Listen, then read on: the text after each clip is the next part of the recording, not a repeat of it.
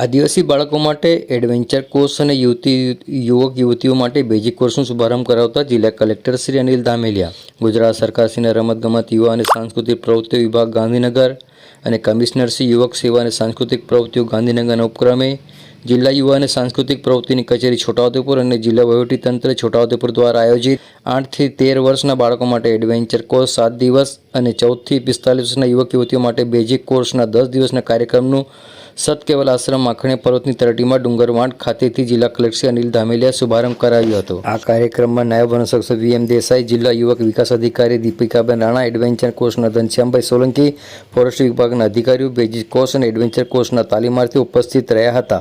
આવો સાંભળીએ આ અંગે જિલ્લા કલેક્ટર અનિલ ધામેલિયા શું કહી રહ્યા છે, સાંભળો તેઓના મુખે। વિશેષ કરીને આજનો કાર્યક્રમ આપણે માખણીયા ખાતે એટલા માટે રાખ્યો કે માખણીયા આપણા જિલ્લાની એક પ્રાકૃતિક સંપદા પૈકીનું એક એવું શિખર છે કે જ્યાં આપણે પ્રકૃતિ અને માનવ સંસ્કૃતિ બંનેનો ત્યાં સમાગમ થાય છે। માખણીયા પર્વત ઉપર આપણે જઈશું, ત્યાં તમને અંદરના ભાગે અલગ અલગ પ્રકારે ઘણા જૂના વર્ષોના પ્રાગૈતિહાસિક ચિત્રો પણ આપણને ત્યાં છે।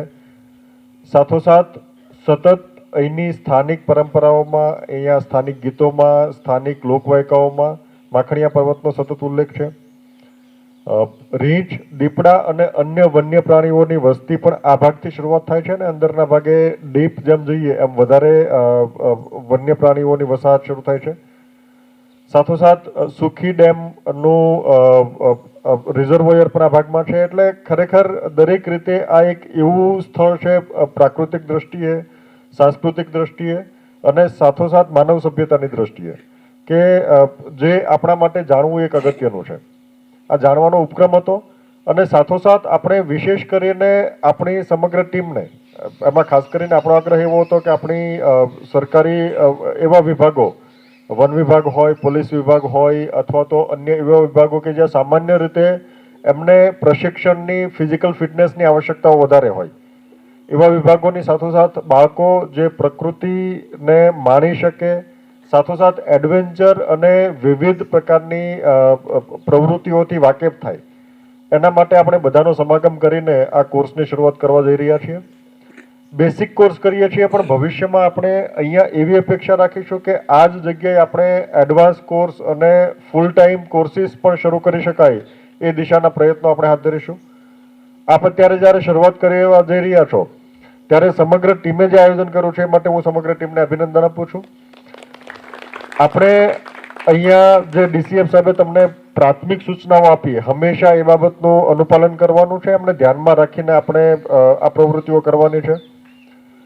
સાથોસાથ આપણા ટીમને પણ એવો એક આનંદ મળશે। આમ તો આપણી ડ્યુટી પણ એ જ પ્રકારે હોય છે કે આપણે ફોરેસ્ટ અને આ જ વિસ્તારની અંદર બની શકે કે આપણે બીટગાર્ડ તરીકે ફરજ નિભાવતા હોઈશું, પણ અત્યારે આપણે એક નવું શીખવાની તક મળશે। સાથોસાથ આપણે અહીંયા આપણું પ્રશિક્ષણ અને આનંદ પ્રમોદ, આપણું ઇન્ટરેક્શન પણ બધા સાથે થશે। આપણે રેસિડેન્શિયલ કોર્સ છે એટલે આપણે એકબીજા સાથે રહી શકીશું।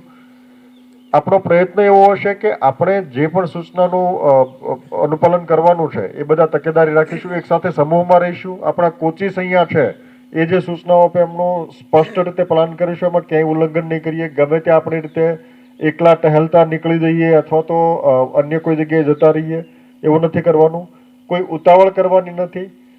બિલકુલ આપણું હેલ્થ અને ડાયટ ઉપર ખાસ ધ્યાન રાખવાનું છે, કેમ કે પ્રવૃત્તિ તમારું શારીરિક શ્રમ અને તમારું એનર્જી માંગી લેવું છે, એટલે આપણે તકેદારી રાખીશું કે આપણે પૂરતો હેલ્થ અને ડાયટની કાળજી રાખીએ।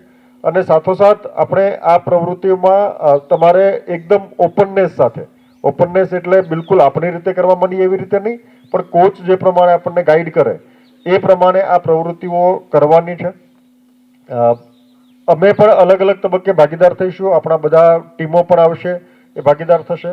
પણ 10 દિવસની અંદર તમે અહીંથી કશું લઈને જાઓ અને આપનો એક યાદગાર એક સ્મરણ બની રહે, સાથોસાથ કંઈક નવું લર્નિંગ એક્સપિરિયન્સ થાય એ માટે આપણી ટીમના સતત પ્રયત્નો હશે। આપના સૂચનો આવકાર્ય છે, કેમ કે પ્રથમ બેચ છે એટલે આપના મારફતે જે પણ કંઈ બાબતો હશે એ આપણે આપણી ટીમને ધ્યાનમાં દોરીશું, જેથી કરીને ભવિષ્યમાં આ કાર્યક્રમને વધારે આપણે સારો બનાવી શકીએ, વધારે ઉપયોગી બનાવી શકીએ। Thank you.